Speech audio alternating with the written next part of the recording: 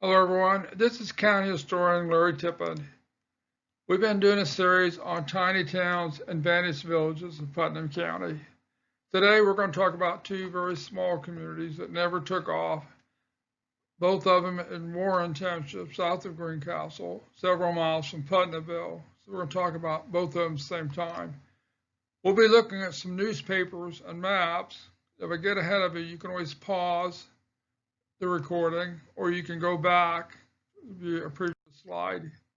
This is the 1879 Atlas of Putnam County, where we see Putnamville on the National Road. And then south of that, we see Jenkinsville. The school number 7 was noted as the Williams School. We see up here, and we see quite a few Williams holdings in the area. Zoom in on that a little bit more, you can see a little bit of the town, Jenkinsville, and some of the Williamses. Also in 1879, there's actually a plot of the town. It shows you the 10 lots of the town of Jenkinsville, in 1879 Atlas. Plotted in 1853 by John and Eliza Sinclair, the extreme southern part, section 29, Warren Township, along the south banks of the Rocky Fork branch of Deer Creek, abutting and just north of Cloverdale Township.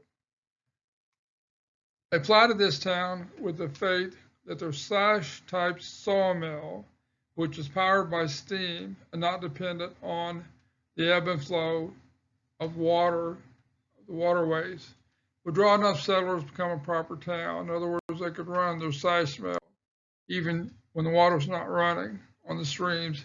This is a graph. It shows you what a sash mill is. Basically, it's a very heavy timber frame structure with a saw like one of these.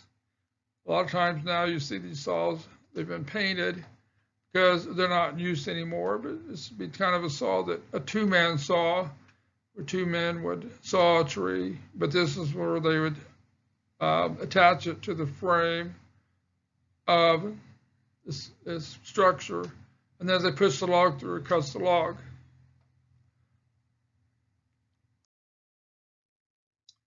First settled by Worthington Williams, who came from New York about 1835. He ultimately had extensive land holdings in Warren Township, in the Jenkinsville area, and Putnamville. Newspaper articles, always enjoy looking at newspaper articles. Here's the Greencastle Democrat, 1893, written by Miss Daisy Thorne. Gives you an update of what's happened in Sassafrasville, which is apparently a similar name for Jenkinsville. Talk about all the things that have been happening. If you want to take time, just pause and read some of these, or you can go to the Hoosier State Chronicles and then find these articles and read them yourself. They're a lot of fun. Here's one talking about a baseball game where Turner, the Jenkinsville ace, will be in control of the game, they believe. Very interesting article. Again, you can pause and read it. And here's an article, 1937, from Daily Banner, where they're saying Jenkinsville may yet be placed on the map, basically talking about how it might get a road through Jenkinsville. So saying that what we've already talked about the Sinclairs platting the area, and then how the town never really took off beyond the plat stage, partly because there were no good roads to get to it. So this is petition to get a road to Jenkinsville. If you want to pause and read this, this is an interesting article. I love these pictures. This came from a publication called Schools in Your Hand, published by the retired teachers of Putnam County, 1978, I believe, or 76.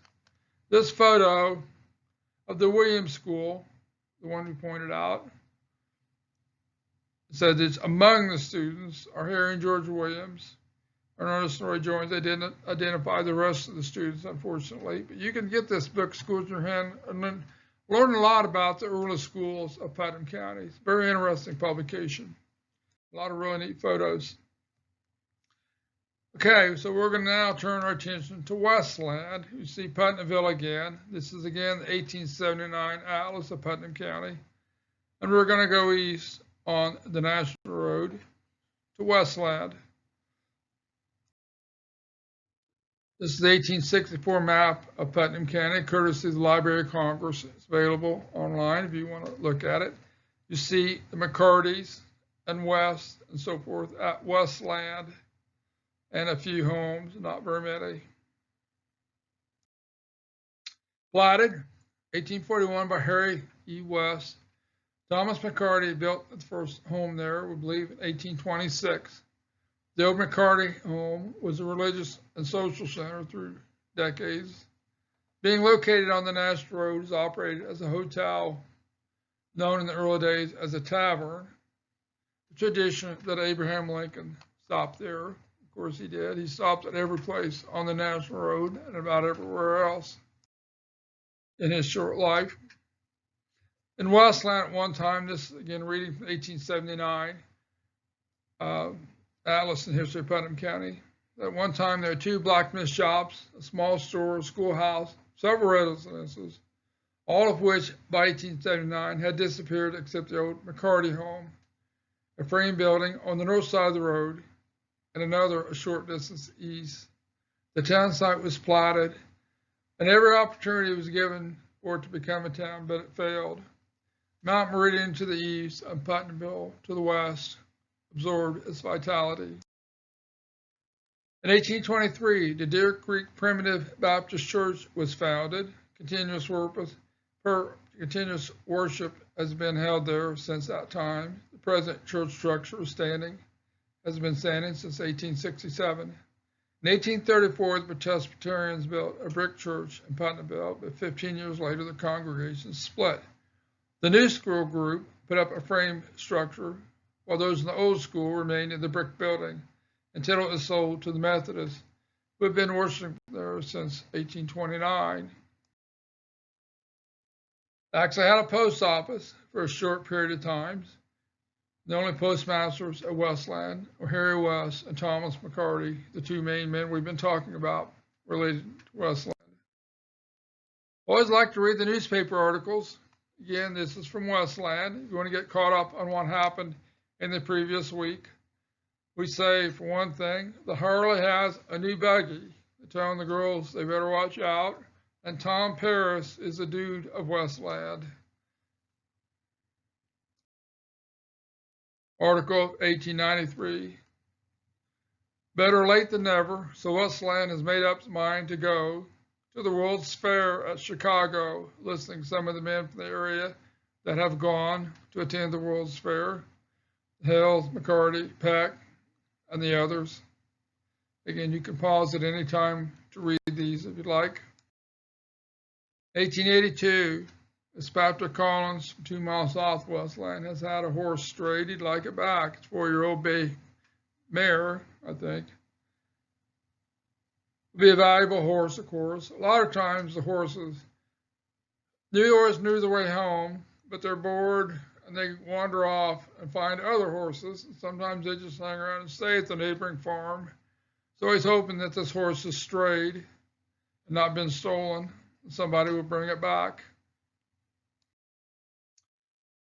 A couple of interesting articles here. One of them in relation to baseball, 1912, where Kunot and Westland played ball Sunday afternoon at Westland Park.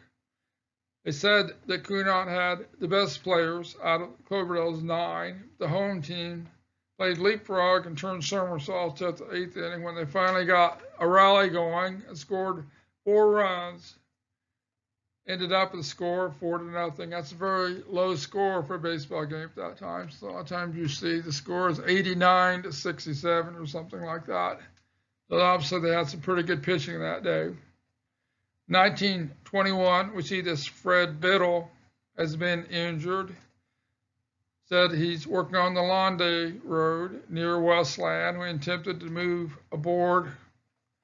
And his foot slipped and he fell under the truck. His right ankle and foot were crushed. So he lives on the John Maloney farm near Westland. Very sad that he had injuries. Finally, this is a Cedar Crest Motel near Westland, or at Westland. Doesn't look like this now. I'm sure it was thriving as the National Road was prospering in the early and mid part of the 1900s, and automobile travel on the National Road was popular. It doesn't look like this now, but the building is still there. I hope you've enjoyed hearing just a little bit about these two small communities in Warren Township. Hope you return. We talk about more of the tiny towns and vanished villages of Putnam County.